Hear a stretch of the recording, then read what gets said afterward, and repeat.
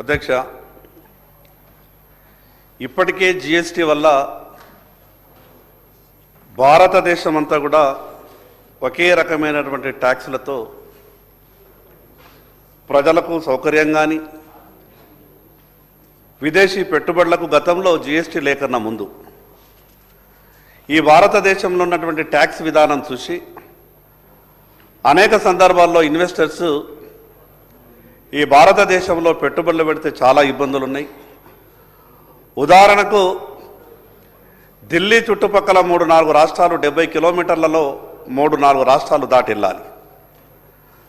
ఒక్కొక్క రాష్ట్రానికి ఒక్కొక్క రకమైనటువంటి ట్యాక్స్, ఒక రాష్ట్రంలో ట్యాక్స్ చెల్లించి మరో రాష్ట్రంలో ఇంకో రకంగా ట్యాక్స్ చెల్లించి ఈ రకమైనటువంటి ఇబ్బంది వల్ల పెట్టుబడులు ఈ దేశంకు రాని కారణంగా కేంద్రంలో ఉన్నటువంటి భారతీయ జనతా పార్టీ ప్రభుత్వం, గతంలో ఉన్నటువంటి ప్రభుత్వాలు కూడా కేంద్రంలో ఆలోచించిన ఈ జిఎస్టీ మీద ఆనాడు భారతీయ జనతా పార్టీ నరేంద్ర మోడీ గారి నాయకత్వంలో జిఎస్టీ బిల్లు పార్లమెంట్లో అయిన తర్వాత అందులో మొట్టమొదటి జిఎస్టీ బిల్లు ఆమోదం కూడా ఈ తెలంగాణ రాష్ట్ర శాసనసభలోనే జరిగింది. అధ్యక్ష, దేశ ప్రజలంతా కూడా ఏం కోరుకుంటున్నారు అంటే ఇప్పటికీ పెట్రోల్ డీజిల్ కూడా జిఎస్టీలో వస్తే బాగుంటుంది. సరే, రాష్ట్రాల ఆర్థిక పరిస్థితి అది ఏ రాష్ట్రమైనా సరే పెట్రోల్ డీజిల్ అనేది జిఎస్టీకి వెళ్తే మా రాష్ట్రం ఆర్థికంగా ముందుకు పోవడం చాలా ఇబ్బంది. అందుకొరకు పెట్రోల్ డీజిల్ని జిఎస్టీలు కాకుండా ఆయా రాష్ట్రాలు విధిస్తున్నటువంటి ట్యాక్స్లో వ్యాట్లో ఈ యొక్క పెట్రోల్ డీజిల్ ఉన్నాయి. అధ్యక్ష, ఏ రోజైనా సరే ప్రభుత్వాల ఆలోచన ఎట్లున్నది అని అంటే ఏ రంగం నుంచి అయితే గొప్పగా ఆదాయం వస్తున్నదో ఆ రంగాన్ని మాత్రమే పట్టి పీడించి ఆ వస్తువుల మీదనే అధికంగా ట్యాక్స్ విధించేటటువంటి పాలసీ ఆలోచన ప్రభుత్వాలకు అనాదిగా వస్తున్నటువంటి సాంప్రదాయం. ఈరోజు ఉదాహరణకు అది ఎక్సైజ్ కావచ్చు, స్టాంప్స్ అండ్ రిజిస్ట్రేషన్ కావచ్చు, ఈరోజు వ్యాట్ కావచ్చు, ఈ రకంగా 3-4 ఆదాయ వనరుల మీదనే ఆధారపడి ప్రభుత్వాన్ని నడిపించేటటువంటి పరిస్థితికి వస్తే ప్రజల మీద భారం పడుతుంది. అధ్యక్ష, ఈరోజు నేను ఈ పార్టీ ఆ పార్టీ అనను, కానీ ప్రతిపక్షంలో ఉన్నప్పుడు మాత్రం ధరల గురించి గొప్పగా మాట్లాడతాం. గతంలో టీఆర్ఎస్ పార్టీ ప్రభుత్వంలో ఉన్నప్పుడు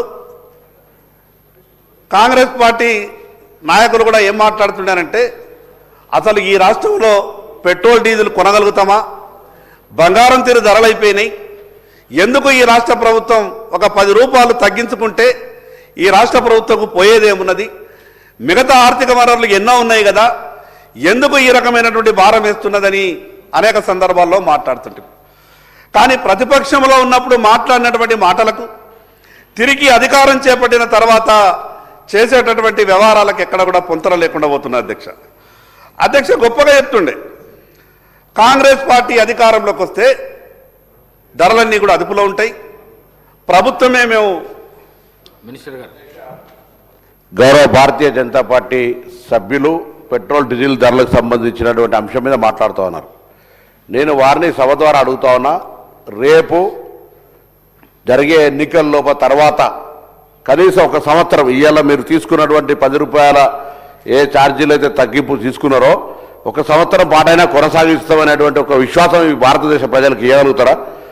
ఎక్కడ ఎన్నికలు వస్తే అక్కడ దానికి సంబంధించిన తగ్గింపులు, దానికి సంబంధించిన ప్రక్రియ, ఎన్నికల కొరకే వ్యవస్థ నడుపుతున్నటువంటి విధానాన్ని చూపెట్టే ప్రయత్నం చేస్తూ ఉన్నారు. ఇలా మేమేం తెలంగాణ ప్రభుత్వం తరఫున కొత్తగా పన్నులు విధించింది కానీ లేకపోతే దానికి సంబంధించిన విషయాన్ని కానీ తీసుకున్నది లేదు. నేను గౌరవ సభ్యుని ఒకటే, ఈరోజు మీరు చూస్తూ ఉన్నారు మనం ఏ విధంగా డాలర్కు సంబంధించినా లేకపోతే పెట్రోల్కి సంబంధించినా లేకపోతే జిఎస్టీకి సంబంధించిన అంశాలు ఏ విధంగా రాష్ట్రాల మీద ఆర్థికంగా ప్రభావం చూపెడుతున్నాయి మీరు చూసినారు. సో ఈ అంశం మీద కూడా నేను వారు ఒకటే సూటిగా నాకున్నటువంటి పబ్లిక్ గ్రీవెన్స్ చాలామంది అడుగుతూ ఉన్నారు బయట కూడా, మీరు ఇవాళ తక్కువ చేసినటువంటి ఏదైతే ఉందో 4 రాష్ట్రాల ఎన్నికలను దృష్టిలో పెట్టుకొని చేసినారు, లేదా భవిష్యత్తులో ఇది సంవత్సర కాలం పాటు కనీసం ఇప్పుడు తక్కువ చేసినటువంటి మాట ఒకటే ఏదైనా మాట తీసుకుంటే నిర్ణయం తీసుకుంటే 1 సంవత్సరమైనా దాన్ని అమలు చేయాలి కదా అధ్యక్ష. కాగానే రేపు విపరీతంగా పెంచేటువంటి ప్రయత్నం జరగదు అనేటువంటి మాటను గౌరవ సభ్యులు ఇక్కడ చెప్పాల్సిన అవసరం ఉందని ఈ సందర్భంగా నాకు ప్రజల యొక్క ఆకాంక్షను ఈ సందర్భంగా గౌరవ సభ్యులు తెలియజేస్తా ఉన్నాను.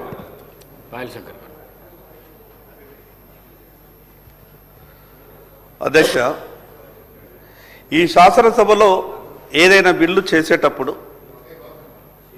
శాసనసభలో బిల్లులు జరుగుతాయే ప్రజల సంక్షేమం కొరకు, ప్రజల మంచి కొరకు. అటువంటప్పుడు దానికి జాతీయ కానీ అంతర్జాతీయ విషయాల్ని క్రోడీకరించి జోడించి చర్చ చేసేటటువంటి సందర్భంలో ఈరోజు చమురు అనేది అంతర్జాతీయ మార్కెట్ మీద ఆధారపడ్డప్పుడు సంబంధిత కంపెనీలు భారం మోయకూడదని, గతంలో సంబంధిత కంపెనీలు భారం మోసి ఆ కంపెనీలే మూతపడేటటువంటి పరిస్థితులు ఉన్నటువంటి సందర్భంలో మన్మోహన్ సింగ్ గారు కానీ, పివి నరసింహారావు కానీ వారి ఆలోచన గతంలో చేసిండ్రు. వారి ఆలోచనని ఈరోజు నరేంద్ర మోడీ గారు కూడా ఏకీభవించి అంతర్జాతీయంగా చమురు రేట్లు ఏ రకంగా ఉంటే ఆ రకంగా ఎప్పటికప్పుడు మార్పులు జరగాలని పార్లమెంట్లో ఈ యొక్క ఇంధన చట్టం తెచ్చారు. అధ్యక్ష, నేనేమంటున్నానంటే గౌరవ మంత్రివర్యులు మాట్లాడుతూ ఒక మాట మాట్లాడింది. భారతీయ జనతా పార్టీ ఏ రాష్ట్రంలో ఎన్నికలుంటే ఆ రాష్ట్రంలో మాత్రమే ధరలు తగ్గిస్తామని. అధ్యక్ష, ఈరోజు వ్యాట్ తగ్గించినటువంటి రాష్ట్రాలలో కేవలం బీజేపీ రాష్ట్రాలే లేవు. ఈరోజు కర్ణాటకలో కూడా 20% తగ్గించారు. ఈరోజు మీకు ఉదాహరణ చెప్తా అధ్యక్ష, ఈరోజు ఢిల్లీలో ఎన్నికలు లేవు. అక్కడ ₹94.77 మాత్రమే ఉంది. ఉత్తరప్రదేశ్లో ఈరోజు ఎన్నికలు లేవు. అక్కడ భారతీయ జనతా పార్టీ అధికారంలో ఉంది. ₹94.69 మాత్రమే ఉన్నది. అధ్యక్ష, గుజరాత్లో ఈరోజు ఎన్నికలు లేవు. అక్కడ ₹94.98 ఉన్నది. ఉత్తరాఖండ్లో ఎన్నికలు లేవు. ₹93.43 ఉన్నాయి. అధ్యక్ష, కాంగ్రెస్ పాలిత రాష్ట్రాల్లో ఒకసారి చెప్తా. కర్ణాటకలో ₹103.41, కేరళలో ₹105.75, తెలంగాణలో ₹107.46, బెంగాల్లో ₹104.39.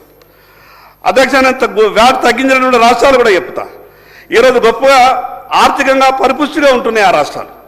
గుజరాత్ రాష్ట్రం ఈరోజు 13 నుంచి 15% వ్యాట్ తగ్గించారు అధ్యక్ష. అదేవిధంగా కాంగ్రెస్ పాలిస్తున్నటువంటి కర్ణాటక రాష్ట్రం కూడా 20% వ్యాట్ తగ్గించింది అధ్యక్ష. మహారాష్ట్రలో కూడా కొన్ని సందర్భాల్లో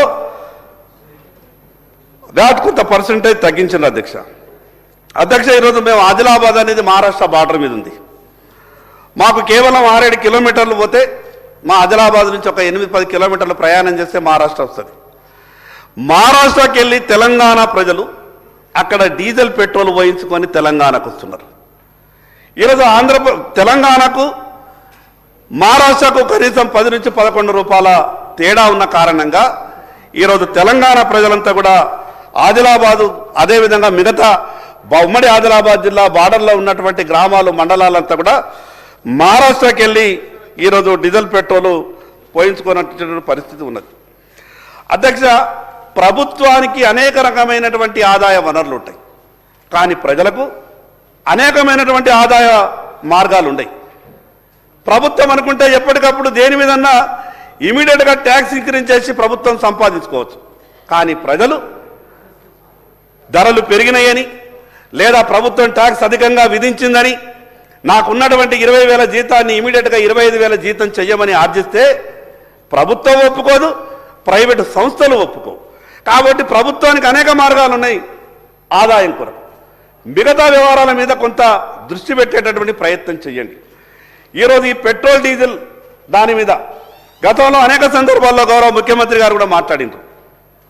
ఈ రాష్ట్రంలో టీఆర్ఎస్ పార్టీ కానీ ప్రభుత్వం అధికారంలో ఉన్నప్పుడు, ఈరోజు మిగతా రాష్ట్రాలలో తగ్గించినప్పుడు, కేంద్ర ప్రభుత్వం తగ్గించినప్పుడు ఈ రాష్ట్ర ప్రభుత్వం ఎందుకు తగ్గించలేదు, ఇది తెలంగాణ ప్రజల్ని ఆర్థికంగా చతికిలబడ చేస్తున్నది ఈ ప్రభుత్వ నిర్ణయాలను మాట్లాడినప్పుడు, ఈరోజు ముఖ్యమంత్రిగా ఆనాడు మీరు మాట్లాడినటువంటి మాటల్ని ఒక్కసారి గుర్తు చేసుకోవాల్సిన అవసరం ఉంది అధ్యక్ష. ప్రతిపక్షంలో ఉన్నప్పుడు మాట్లాడే ప్రతి మాటని అధికారంలోకి వచ్చిన తర్వాత నేను గడిచిన 5 ఏళ్ళు ఏ సభలో, ఏ ఉద్యమంలో, ఎక్కడెక్కడ ఏ సందర్భంలో ఏం మాట్లాడినో అవన్నీ కూడా మనం ఒక్కసారి రివైండ్ చేసుకోవాలా.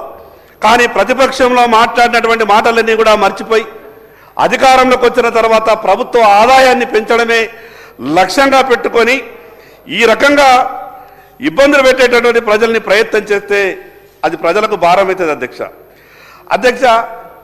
ఈ పెట్రోల్ డీజిల్తోని రైతు జీవితం కూడా ముడిపడి ఉన్నది.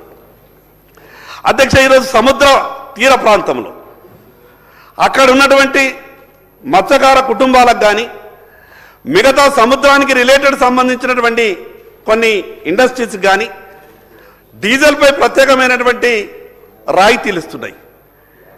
మీ ద్వారా ప్రభుత్వానికి విజ్ఞప్తి చేస్తున్న అధ్యక్ష, ఈ తెలంగాణ రాష్ట్రంలో రైతులకు కూడా అది రైతు ట్రాక్టర్కు వాడేటటువంటి డీజిల్ కావచ్చు, రైతు దేనికి వాడినా కూడా దాని మీద ప్రభుత్వం ఒక ప్రత్యేకమైనటువంటి ఆలోచన చెయ్యాలి. ఎందుకంటే ఈరోజు వ్యవసాయం భారం అయిపోయింది. గతంలో ఎద్దులతోని వ్యవసాయం చేసేటటువంటి పరిస్థితి లేదు. ఇప్పుడు అంతా మషినరీతో కూడా వ్యవసాయం చేసేటటువంటి పరిస్థితి ఉన్నది. ట్రాక్టర్లు లేనిది వ్యవసాయం నడిచేటటువంటి పరిస్థితి లేదు. కానీ ఈ పెరిగినటువంటి ధరలతోని డీజిల్ కొని రైతు వ్యవసాయం చేసేటటువంటి పరిస్థితి లేడు. కాబట్టి రైతుల కొరకు ప్రత్యేకంగా ప్రభుత్వం ఆలోచించాలని మీ ద్వారా ప్రభుత్వానికి విజ్ఞప్తి చేస్తున్నా అధ్యక్ష, నేను మొదలొక మాట చెప్పిన, ప్రభుత్వం కేవలం ఒక 3-4 పద్దుల మీదనే ఆధారపడి రాష్ట్ర ఆదాయాన్ని సమకూర్చేటటువంటి ప్రయత్నం చేస్తున్నది. మీ ద్వారా ప్రభుత్వానికి నేను ఒక సూచన చేస్తున్నా, ఈ రాష్ట్ర ఆదాయానికి పెంచడానికి ఏం చేయగలుగుతామో అన్ని పార్టీలలో మంచి కోరేటటువంటి కొంత ఆలోచించేటటువంటి లక్షణాలు ఉన్నటువంటి వాళ్ళని మీరు సెలెక్ట్ చేసి ఒక కమిటీ ఫామ్ చేయండి. ఇది 96లో చంద్రబాబు నాయుడు గారు ముఖ్యమంత్రిగా ఉన్నప్పుడు ఇదే సభలో ఒక రకమైనటువంటి చర్చ జరిగినప్పుడు దివంగత మా పాల్వాయి హరీష్ బాబు గారి వాళ్ళ ఫాదర్ అయినటువంటి పాల్వాయి పురుషోత్తమరావు గారు ఆ రోజు ఇండిపెండెంట్ శాసనసభ్యులు వారు లేచి ఈ ఆంధ్రప్రదేశ్ రాష్ట్రం ఇంత ఆర్థికంగా ఇబ్బందులలో ఉన్నది కదా, నేను ఒక ఇండిపెండెంట్ సభ్యునిగా ఈ ప్రభుత్వానికి ఒక సలహా ఇస్తా, సూచన ఇస్తా, నా మాటను మీరు గౌరవిస్తారనంటే ఆ రోజు ఈ ఆనాటి ముఖ్యమంత్రి చంద్రబాబు నాయుడు గారు తప్పకుండా దానికి మీరే అధ్యక్షులుగా ఉంటారు, ఈ రాష్ట్ర ప్రభుత్వం ఆదాయం పెరగాల, ప్రజల మీద భారం పడకుండా మీరు సలహాలు సూచనలు ఇవ్వండి అని చెప్తే ఆ రోజు వారు చేసినటువంటి కృషి వల్ల ఉన్నటువంటి రియల్ ఎస్టేట్ వ్యాపారంలో ప్రభుత్వం ఎందుకు రావద్దు, మన దగ్గరికి వెళ్ళి తీసుకున్నటువంటి 10 రూపాయల భూమిని ఈరోజు 100 రూపాయలకు అమ్ముకుంటున్నారు, దాన్ని ప్రభుత్వమే చేపట్టాలా, ఈ రకంగా ఆదాయం వస్తుందని కొన్ని సలహాలు సూచనలు చేస్తే ఆ సంవత్సరం 6,200 కోట్ల రూపాయలు, ఇది పెద్ద చరిత్ర అధ్యక్ష. ఒక శాసనసభ్యుడు ఇచ్చినటువంటి సలహా సూచన నాడు ప్రభుత్వం పాజిటివ్గా తీసుకుని దాని మీద ఒక కమిటీ వేసింది. కాబట్టి ఈరోజు పెద్దలు తుమ్మల నాగేశ్వరరావు గారికి కూడా ఆ విషయం మీద పూర్తిగా అవగాహన ఉంటుంది. ఆనాడు జరిగినటువంటి చర్చలో వారు కూడా పాల్గొన్నారు, వారు కూడా గొప్పగా చెప్పారు.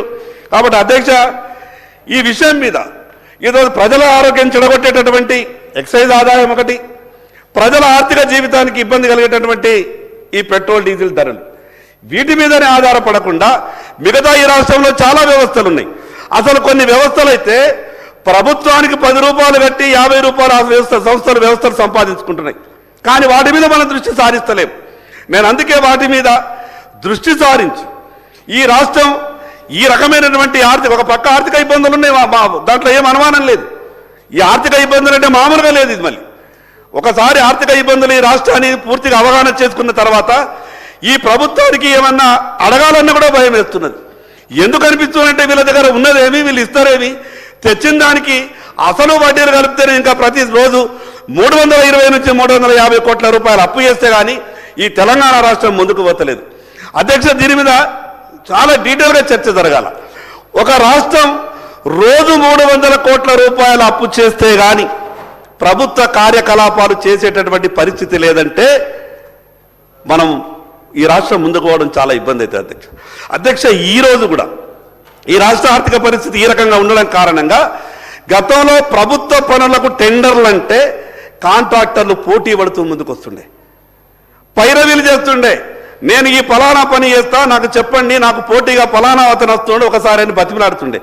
కానీ ఈరోజు పరిస్థితి ఏమైంది అధ్యక్ష, మేము కాంట్రాక్టర్లను బతిమలాడాల్సి వస్తున్నది. టెండర్లు వేసిండ్రు, పనులు చేయండి, గుంతల రోడ్లు అయినాయి, ప్రజలు తిడుతున్నారు, ఇబ్బంది వస్తున్నది అంటే కాంట్రాక్టర్ అంటున్నాడు నాకు బిల్లు వస్తలేదు, నేను ఈ రాష్ట్రంలో పనులు చెయ్యలేనంటున్నాడు. అందుకే ఈ చాలా విషయాలు ఉన్నాయి.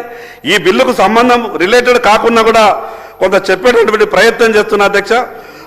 మీ ద్వారా ఈ ప్రభుత్వానికి విజ్ఞప్తి చేస్తా ఉన్నా, ఈ పెట్రోల్ డీజిల్ ధరల మీద భారం ఇప్పటికే ప్రజలకు, తెలంగాణ ప్రజలకు విపరీతంగా అయింది.